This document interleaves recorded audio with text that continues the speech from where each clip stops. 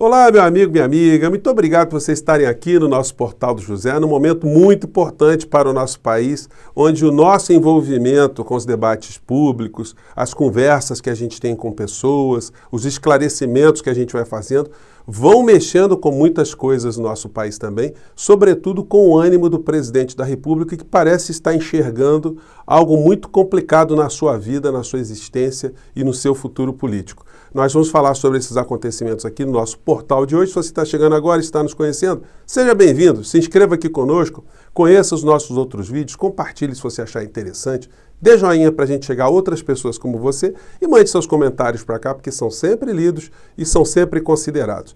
Gente, eu vi uma fala do Bolsonaro hoje que eu quero comentar com vocês, mas antes eu quero dizer também que eu ingressei com alguns ofícios e algumas petições junto ao Tribunal Superior Eleitoral contra alguns comportamentos do presidente da República. E aí não é perseguição, não é nada disso, é apenas o papel de um cidadão que está vendo um alto funcionário público da República, o mais alto funcionário público, cometendo crimes e atacando as instituições, atacando a própria democracia brasileira e, mais do que isso, pervertendo a opinião pública, o sentimento de respeito às instituições, a credibilidade do nosso modelo eleitoral, nosso modelo político, que está em franco amadurecimento, ainda precisa amadurecer muito, né?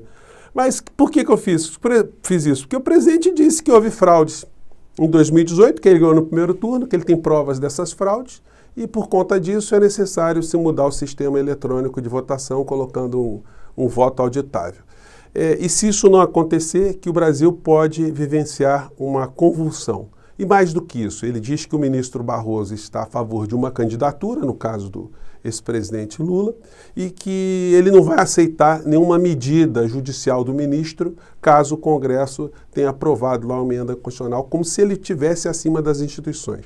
Ele pode não saber, e provavelmente ele não sabe, porque ele tem muita ignorância de uma maneira geral, que ele cometeu crime contra a segurança nacional, crime contra a lei de responsabilidade, crime previsto na lei eleitoral, contrariou aquilo que diz a Constituição Federal e mais, deseducou as pessoas que seguem o Bolsonaro para cima e para baixo. Então eu fiz aqui um texto, eu não sei se vai dar para colocar para vocês, mas coloquei para a assessoria direta do ministro Barroso, mostrando como esses crimes que estão tipificados, eles devem ser tratados.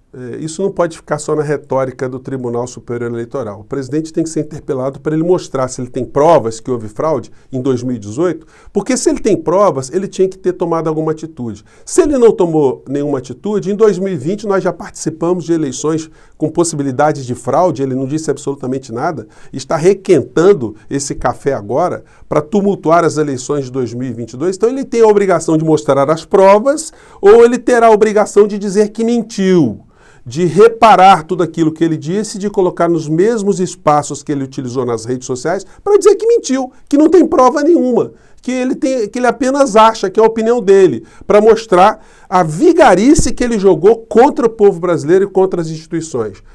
Levanta algumas questões ali específicas para o ministro Barroso tratar, enfim, vou tentar colocar aqui para vocês, e também mandei para vários jornais essa iniciativa, para a coisa não ficar meramente no discurso, ficar vago no ar, né? Então, fiz aqui meu papel mínimo de cidadão e de uma pessoa que está se colocando publicamente para tratar desses assuntos. Bom, vamos ver se a gente ganha força nisso aí, e parece que o que nós falamos, aquilo que a gente conversa com as outras pessoas, vai mexendo com um lado e com o outro. E o presidente da República, hoje, gente do céu, ele, como se diz em algumas regiões do Nordeste, ele pegou ar, ele ficou muito nervoso, o que mostra que as mortes começam a cair na sua cabeça. Isso me lembra esse livro aqui do Dostoiévski, gente, chamado Crime e Castigo, não sei se dá para vocês verem aqui. Tem um personagem central chamado Raskolnikov, que ele mata algumas pessoas, né? E uma história muito interessante. O livro foi escrito antes da Revolução Russa. Ele, inclusive, foi preso, foi mandado lá para a Sibéria, o Dostoiévski, como inimigo da monarquia, né, do czarismo russo. Se essas pessoas que atacam tanto o que aconteceu na Rússia, a Revolução Russa, o sistema político que eles iniciaram lá, se essas pessoas soubessem como era o sistema feudal na Rússia, essas pessoas que são direitistas, são pela liberdade, seriam os primeiros a estarem na linha de frente para derrubar o sistema. Mas eles têm uma ignorância muito grande, eles não sabem a barbaridade que era aquilo. Pois bem, mas o livro aqui do Dostoiévski, ele conta a história desse personagem que pratica crimes e depois, que era um estudante, mas depois ele começa a ter uma crise de consciência. No começo ele achou que era legítimo o crime que ele cometeu, mas lentamente ele vai vendo que ele não cometeu um crime só contra as pessoas, ele cometeu um crime contra ele mesmo. Ele matou algo de humano que tinha dentro de si e começou a ficar com remorsos, ficou com arrependimento e começa a achar que é merecedor de um castigo pelo crime. Quando eu vi o Bolsonaro hoje, me veio essa lembrança do personagem, de alguém que começa a ter a consciência de tanto a gente está dizendo genocida, assassino, criminoso, que você matou, e cenas para cima e para baixo, e isso vai vindo pelo mundo inteiro, por todos os cantos, o cara começa a ficar num certo destemperamento. Isso foi possível da gente ver nessa entrevista que ele estava dando ali, dentro de um ambiente militar, né, da aeronáutica, e, portanto, por isso ele estava usando máscara ali para respeitar os outros pares, que estavam todos de máscara, né? E aí ele teve esse comportamento e a gente vai comentar aqui, percebam o destempero. Esteja pagando. Rede Globo, tá? Eu estava com capacete balística prova de 762. Sim, ele foi questionado por que ele estava sem usar a máscara e agora, lá na aeronáutica, ele estava usando máscara. Ele disse, olha, na manifestação, eu estava com colete, estava dando o migué dele aqui, vamos seguir. Vou ser multado toda vez que andar de moto por aí, porque eu sou um alvo, deixa eu falar. Hoje o senhor chegou Deixa eu falar, porque eu sou um alvo de canalhas do Brasil. Dá para ficar na boca atrás, por favor? Hoje o senhor chegou sem máscara também. Olha, eu chego como eu quiser, onde eu quiser, tá certo? Eu cuido da minha vida. Se você não quiser usar máscara, você não use. Agora, tudo que eu falei sobre Covid, infelizmente para vocês, deu certo. Tratamento precoce salvou a minha vida, mais 200 pessoas no meu prédio. Muitos jornalistas falam comigo, reservadamente, que usaram hidrocloroquina, que usaram ivermectina. Por que você não admite isso? Porque você acha que me consultar com o Bonner ou com a Miriam Leitão sobre esse assunto? Pare de tocar no assunto. Você quer botar... E bota o celular agora. Vai botar agora. Estou sem máscara em Guaratinguetá. Está feliz agora? Você está feliz agora? Essa Globo é uma merda de imprensa. Vocês são uma porcaria de imprensa. Vocês são uns cala a boca. Vocês são canalhas. Vocês são fazem jornalismo canalha. Vocês fazem canalha que não ajudam em nada. Vocês não ajudam em nada. Você destrói a família brasileira, destrói a religião brasileira. Vocês não prestam. A Rede Globo não presta. É uma péssima órgão de informação. Se você não assiste a Globo, você não tem informação. Se assiste, está desinformado. Você tinha que ter vergonha na cara se prestar para um serviço porco que é esse que você faz na Rede Globo. Obrigado. E aí, a Carla Zambelli também está tirando a máscara ali no fundo, né? Em solidariedade aí, negacionista. E nessa entrevista aí o Bolsonaro defendeu de novo a cloroquina, o tratamento precoce, disse que acertou tudo, foi o único chefe de Estado no mundo que acertou. Quer dizer, o mundo todo está errado, só quem está certo é o presidente brasileiro. O comportamento dele agressivo, a gente tem que notar que é sempre contra uma mulher. Eu não sei qual é o treinamento que essas emissoras têm dado às pessoas que eventualmente vão cobrir o presidente da República. Porque se é um jornalista ali que tem consciência, sendo mulher ou homem, quando ele elevasse o tom de voz, tinha que elevar o tom de voz também. Sabe por quê? Porque ele não está fazendo nenhum favor, ele é um servidor público, pago com o nosso dinheiro, inclusive com o dinheiro da jornalista que estava ali entrevistando. Se fosse um jornalista com essa altivez, ia dar uma enquadrada, uma encarada no presidente. Se ele elevasse o tom, que o jornalista também teria o direito e o dever de elevar o tom para poder colocar as coisas em seus devidos lugares. Quem que o presidente da República ele acha que ele é? Ele acha que ele é dono da vida e da morte? Ele é o imperador perpétuo? Ele está numa condição superior ao Kim Jong-un? É o Kim Jong-un dos trópicos? Então, está faltando esse tipo de percepção e treinamento das pessoas que lidam com jornalismo aqui no nosso país para entrevistar autoridades que são pagas com dinheiro público para zelar pela saúde, pelo interesse público de uma maneira geral. E o presidente demonstrou uma ingratidão muito grande com a Rede Globo de televisão, né?